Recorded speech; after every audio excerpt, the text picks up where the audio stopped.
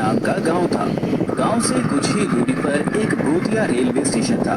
गांव के लोगों का उस रेलवे स्टेशन से आना जाना तो क्या, उसके आसपास भी भटकते नहीं थे, क्योंकि उनका मानना था कि उस रेलवे स्टेशन पर भूत रहते हैं। हर अमावस्या की रात उस भूतिया रेलवे स्टेशन से भूतों की बारात निकलती है, वह भी पूरे गाजे बाजे के साथ। बारात में एक भूतिया दूल्हा अपनी पूरी पलटन के साथ गांव में आता है और एक जवान लड़की को अपने साथ ले जाता है।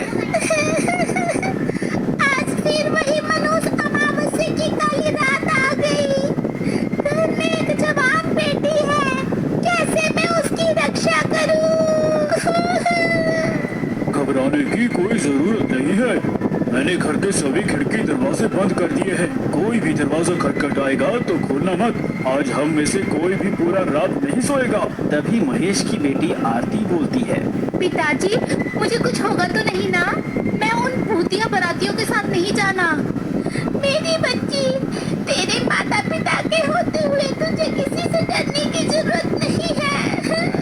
पूरा गांव दहशत से अपने अपने घर में छिपकर बैठ जाता है। तभी गांव में ढोल और शहनाई। घबराने की कोई जरूरत नहीं है। मैंने घर के सभी खिड़की दरवाजे बंद कर दिए हैं। कोई भी दरवाजा खटखटाएगा तो खोलना मत। आज हम में से कोई भी पूरा रात नहीं सोएगा। तभी महेश की बेटी आरती बोलती है, पिताजी, मुझे कुछ होगा तो नहीं ना? मैं उन भूतिया बारातियों के साथ नहीं जाना। मेरी बच्ची, तेरे माता पिता के होते हुए तुझे किसी से डरने की जरूरत नहीं है। पूरा गांव दहशत से अपने अपने घर में छिपकर बैठ जाता है। तभी गांव में ढोल और शहनाई की आवाजें आने लग जाती हैं। आवाज इस भूतिया बारात की ही थी, जो रेलवे स्टेशन से निकलकर गांव की तरफ आ रही थी। गांव वालों, दिखाई और सुनाई नहीं देता क्या तुम लोगों को?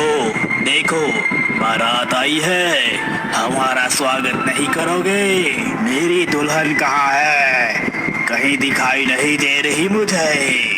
अब भूतिया बारात गांव में आ चुकी थी। सुमन अपनी फूल जैसी बेटी को एक कोने में छुपाकर बैठी हुई थी। तभी भूत आगे की तरफ बढ़ता है और जोर जोर से हंसने लगता है। आज तो मेरी शादी है, बिना दुल्हन लिए मैं यहाँ से जाने वाला नहीं हूँ। तुम गांव वाले मेरी दुल्हन को साथ विदा करते हो या मैं खुद तुम्हारे मातम के साथ उसे अपने साथ ले जाऊं? गांव में पूरा सन्नाटा था, मानो गांव में कोई इंसान ही नहीं रहता हो। तभी वह भूतिया दूल्हा महेश के घर में दरवाजा तोड़कर घुस जाता है। तुम्हारा दामाद आया है, स्वागत नहीं करोगे अपने दामाद का? मेरी बेटी को छोड़ दो, वो अभी बच्ची है। उसकी अभी शादी की उम्र नहीं है। बेशक तुम मेरी जान ले लो। मुझसे झूठ बोलता है बुड्ढे। कल तू ही तो अपनी बेटी के लिए दूसरे गांव में रिश्ता देखने गया था। मुझे सब पता है, सब पता है मुझे। मेरी बेटी को हाथ लगाने की कोशिश मत करना। मैं उसकी माँ हूँ। मैं अपने जीते जी अपनी बेटी की शादी एक भूत से नहीं होने दूंगी। फिर क्या था, उस भूतिया दूल्हे को बहुत गुस्सा आता है और वो आरती के माता पिता को वहीं जान से मार देते हैं। आरती अपने कमरे में जैसे तैसे छुपकर बैठी थी। माँ, पिताजी, छोड़ो मुझे। मुझे अपने माता पिता के पास जाने दे। पर वो भूत उसकी एक नहीं सुनता। वो आरती को अपने साथ उसी भूतिया रेलवे स्टेशन में ले जाते हैं। अगली सुबह होते ही सिया और उसके परिवार के सांस में सांस आती है। कल तो हमारी बच्ची बाल बाल बच गई, पर जो सुमन के परिवार के साथ हुआ वो बहुत बुरा हुआ। ऐसा नहीं होना चाहिए था। पर हम कब तक अपनी बेटी की रक्षा करते रहेंगे? एक ना एक दिन तो वो भूत हमारी बेटी को भी उठा कर ले जाएगा। उस रात के बाद पूरे गांव में डर का खौफ, सांस में सांस आती है। कल तो हमारी बच्ची बाल बाल बच गई, पर जो सुमन के परिवार के साथ हुआ वो बहुत बुरा हुआ। ऐसा नहीं होना चाहिए था। पर हम कब तक अपनी बेटी की रक्षा करते रहेंगे? एक ना एक दिन तो वो भूत हमारी बेटी को भी उठा कर ले जाएगा। उस रात के बाद पूरे गांव में डर का खौफ छाया हुआ था। हर जगह मातम बिखरा हुआ था। गांव वाले मिलकर आरती के माता पिता का अंतिम संस्कार कर देते हैं।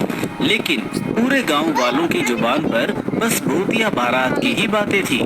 अरे गांव वालों, ये सब कब तक चलेगा? वो भूत बेधड़क आते हैं और हमारी आंखों के सामने हमारी बेटियों को उठाकर चले जाते हैं और हम बेबस लाचार बस देखते रह जाते हैं। देश की बेटी आरती हमारी भी तो बेटी थी ना? बिल्कुल सही कह रहे हो। इस गांव की हर एक बेटी तो हमारी बेटी जैसी ही है। उन सब की रक्षा करना हम सब का फर्ज है। हम सब गांव वाले मिलकर उस भूत का सामना करेंगे, तुम चिंता मत करना। मैं तो सब सही है भाई, लेकिन हम कब तक अपनी बेटियों को कबारा रखेंगे? जिसकी भी बेटी जवान और शादी के लायक होती है, पता नहीं कैसे उस भूत को पता चल जाता है और वो उसे उठा के अपने साथ ले जाता है। मेरी बेटी भी है और उसकी भी अब शादी होने वाली है। मैं कैसे अपने कलेजे के टुकड़े को उस भूत के हवाले कर दूं? अगले दिन पूरा गांव किशन की बेटी सिया के शादी में लगा था। एक तरफ सजावट तो दूसरी तरफ मिठाइयाँ बन रही थी। अब फेरों का समय था। दूल्हा दुल्हन मंडप में बैठे हुए थे कि तभी अचानक रेलवे स्टेशन से भूतिया बारात गांव की तरफ आ जाती है। सभी गांव वाले भूतों को देखकर अपने अपने घरों में छिप जाते हैं। अरे गांव वालों, तुम सबने तो मेरा साथ देने का वादा किया था ना और कहा था कि हम इन भूतों का मुकाबला करेंगे। अब क्या हुआ तुम्हारे वादे का? तभी किशन की बेटी सिया और पत्नी यशोदा भी वहाँ आ जाती हैं। तुम्हारा ये साहस कि मेरे बिना तुम अपनी बेटी की शादी करने चले थे। जैसे ही भूत सिया के माता पिता को मारने वाला होता है कि तभी सिया उसी भूतिया दूल्हे के सामने आ जाती है और कहती है, आप मेरे माँ बापू जी को मत मारिए। अच्छा, छोड़ दूं? इसे मैं बस एक ही शर्त पर छोड़ूंगा, अगर तुम मेरे से शादी करोगी। नहीं नहीं मेरी बच्ची, शादी के लिए तू हाँ मत भरियो। तेरी शादी से अच्छा है कि ये भूत हमारी जान ले ले। माँ, पिताजी, अगर इस भूत से शादी करने से आप दोनों की जान बचती है तो मैं ये शादी जरूर करूँगी। ये कहते ही भूतिया दूल्हा अपने बैंड बाजे के साथ सिया को अपने साथ भूतिया रेलवे स्टेशन की ओर ले जाने लगता है। रुक जा मेरी बेटी, तू ऐसा मत कर। किसी गांव वाले की हिम्मत नहीं होती कि उस भूतिया बारात का सामना कर सके, क्योंकि उस बारात में एक से बढ़कर एक खूंखार और चुड़ैल मौजूद थे।